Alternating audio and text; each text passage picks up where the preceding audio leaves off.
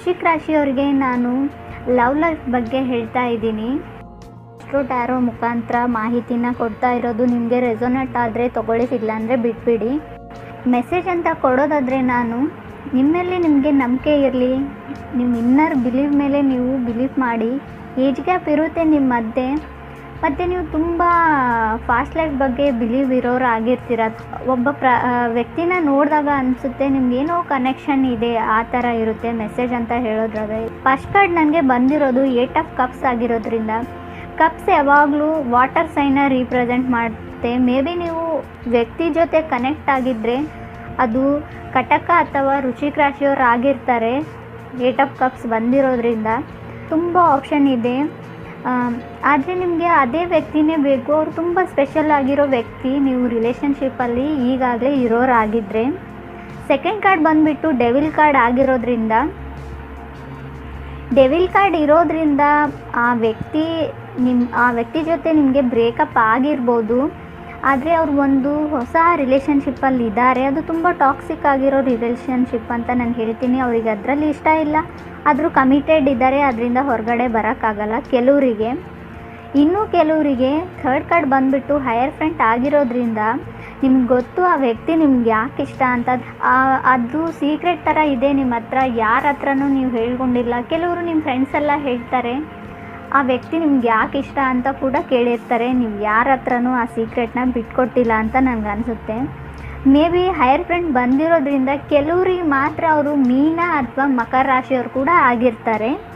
10 of wands ಬಂದಿರೋದ್ರಿಂದ fourth card, ನೀವು love ಮಾಡೋವಂಥ ವ್ಯಕ್ತಿ ಅಥವಾ ನೀವು ಅವ್ರ ಹತ್ರ ಅಪ್ರೋಚ್ ಮಾಡಿಲ್ಲ, ಇನ್ನೂ ಹೇಳ್ಕೊಂಡಿಲ್ಲ ಅಂತ ನಾನು ಅನ್ಕೋತೀನಿ. ಅವರು ಒಂದು ರಿಲೇಷನ್ಶಿಪ್ಪಲ್ಲಿ ಇದ್ದಾರೆ, ಅದು ಟಾಕ್ಸಿಕ್ ರಿಲೇಷನ್ಶಿಪ್ ಆಗಿರುತ್ತೆ. ಕೆಲವರಿಗೆ ಕಮಿಟೆಡ್ ಇರ್ತಾರೆ, ಅದರಿಂದ ಹೊರಗೆ ಬರೋಕ್ಕಾಗಲ್ಲ ಅವರಿಗೆ.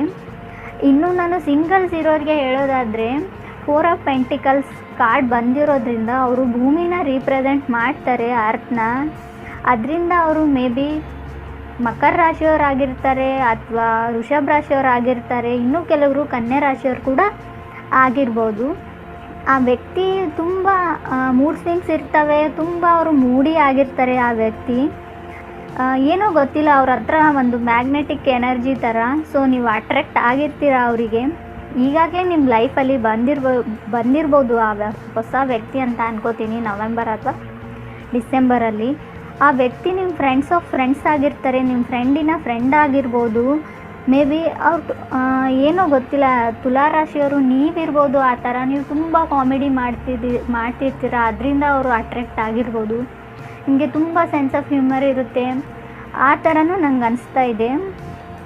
ಮತ್ತು ನಾನು ಹೇಳೋದಾದರೆ 10 ಆಫ್ ಕ್ಲಬ್ಸ್ ಮತ್ತು 9 ಆಫ್ ಹಾರ್ಟ್ಸ್ ಬಂದಿರೋದ್ರಿಂದ ಬ್ಯೂಟಿ ಮತ್ತು ಅಟ್ರ್ಯಾಕ್ಷನ್ ಒಂದು ಸ್ಟೇಜ್ ಇದ್ದರೆ ಲವ್ ನೀವು ಡಿಫ್ರೆನ್ಸ್ ಅಂತ ಅಂದ್ಕೊಂಡಿರ್ತೀರ. ನಿಮಗೆ ತುಂಬ ಲವ್ ಅನ್ನೋದಾದರೆ ತುಂಬ ಆಸೆಗಳಿರುತ್ತೆ. ತುಂಬ ನೀವು ಬ್ಯೂಟಿನ ಲವ್ನ ಒಂದೇ ತಕ್ಕಡಿಯಲ್ಲಿ ತೂಗೋದಿಲ್ಲ.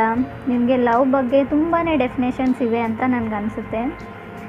ಮತ್ತು ನಾನು ಹೇಳೋದಾದರೆ ನಿಮಗೆ ತುಂಬ ಆಪ್ಷನ್ ಇವೆ ತುಲಾರಾಶಿಯವ್ರಿಗೆ, ಆದರೆ ನಿಮಗೆ ಅದೇ ವ್ಯಕ್ತಿನೇ ಬೇಕು. ಚಾರಟ್ಸ್ ಕಾರ್ಡ್ ಕೂಡ ಬಂದಿರೋದ್ರಿಂದ ಕೆಲವರಿಗೆ ಇದು ಒಂದು ಡಿಸ್ಟೆನ್ಸ್ ರಿಲೇಷನ್ಶಿಪ್ ಆಗಿರುತ್ತೆ, ಹೊಸ ರಿಲೇಷನ್ಶಿಪ್ ಕೂಡ ಆಗಿರುತ್ತೆ. ನೀವೇನಾದರೂ ಕಟಕ್ ರಾಶಿಯವ್ರ ಜೊತೆ ಕನೆಕ್ಟೆಡ್ ಆಗಿದ್ದರೆ ಖಂಡಿತ ಅವರು ರೀಲೊಕೇಟ್ ಆಗ್ತಾರೆ, ಅವ್ರು ಹೊಸ ಮನೆಗೆ ಶಿಫ್ಟ್ ಆಗ್ತಾರೆ ಅಥವಾ ಅವ್ರ ಮನೇನ ಕಟ್ಟಿಸ್ತಾ ಇರ್ತಾರೆ. ನನಗನ್ಸೋ ಪ್ರಕಾರ ಖಂಡಿತ ರೀಲೊಕೇಶನ್ ತೋರಿಸ್ತಾ ಇದೆ ಕಾರ್ಡಲ್ಲಿ.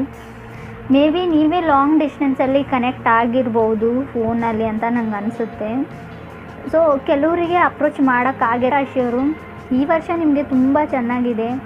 ನೀವು ಕಮಿಟೆಡ್ ಆಗಿರೋರಾಗಿದ್ದರೆ ಖಂಡಿತ ನಿಮ್ಮ ಮದುವೆ ಆಗುತ್ತೆ ಅಥವಾ ನಿಮ್ಮ ಹೊಸ ವ್ಯಕ್ತಿ ಕೂಡ ಎಂಟ್ರಿ ಆಗುತ್ತೆ ಲೈಫಲ್ಲಿ.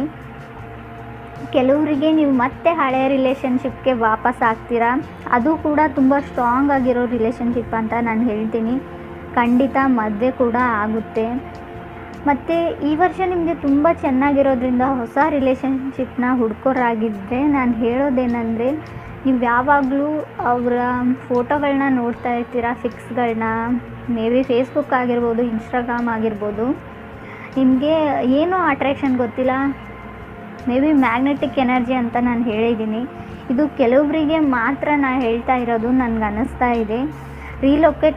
ಲೊಕೇಶನ್ ತೋರಿಸ್ತಾ ಇದೆ. ಮೇ ಬಿ ನೀವು ಕೂಡ ಶಿಫ್ಟ್ ಆಗ್ತಿರ್ಬೋದು. ಯಾವುದೋ ಊರಿಂದ ಯಾವುದೋ ಊರಿಗೆ. ಇಲ್ಲಿಂದ ನಿಮ್ಮ ಜರ್ನಿ ಸ್ಟಾರ್ಟ್ ಆಗುತ್ತೆ ಅಂತ ನಾನು ಅಂದ್ಕೊಂಡಿದ್ದೀನಿ.